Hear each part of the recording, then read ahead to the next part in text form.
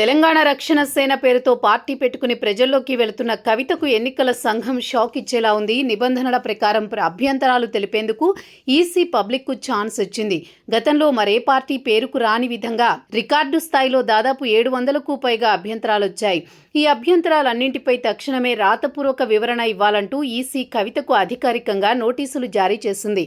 ఈ పేరుపై అభ్యంతరాలు వ్యక్తం చేసిన వారిలో అత్యధికులు భారత రాష్ట్ర సమితికి చెందిన ముఖ్య నేతలే. గతంలో తాము జాతీయ రాజకీయాల కోసం టీఆర్ఎస్ పేరును బీఆర్ఎస్ గా మార్చుకున్నప్పటికీ తెలంగాణ ప్రజల గుండెల్లో టీఆర్ఎస్ అనే సెంటిమెంట్ బలంగా నాటుకుపోయి ఉందని గులాబీ నేతలు భావిస్తున్నారు. ఇప్పుడు అదే అక్షరాల కలయికతో కవిత కొత్త పార్టీ పెడితే ఓటర్లు తీవ్ర గందరగోళానికి గురవుతారని, దీనివల్ల భవిష్యత్తు ఎన్నికల్లో బీఆర్ఎస్కి ఊహించని రాజకీయ నష్టం జరుగుతుందని కేసీఆర్ మార్క్ లీడర్లు ఈసీకి పంపిన ఫిర్యాదుల్లో పేర్కొన్నారు. ఎన్నికల సంఘం నిబంధనల ప్రకారం ఏదైనా ఒక కొత్త పార్టీ పేరు లేదా సంక్షిప్త నామం ఇప్పటికే ఉన్న మరో ప్రముఖ పార్టీ పేరును పోలి ఉండి ఓటర్లను గందరగోళపరిచేలా ఉంటే దానికి అనుమతి నిరాకరించే అధికారం ఈసీకి ఉంటుంది.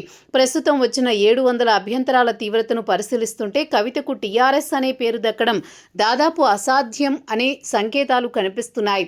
ఒకవేళ ఈసీ గనుక ఈ పేరును తిరస్కరిస్తే కవిత తన పొలిటికల్ అజెండా కోసం ప్రత్యామ్నాయంగా మరో కొత్త పేరు వెతుక్కోక తప్పని పరిస్థితి.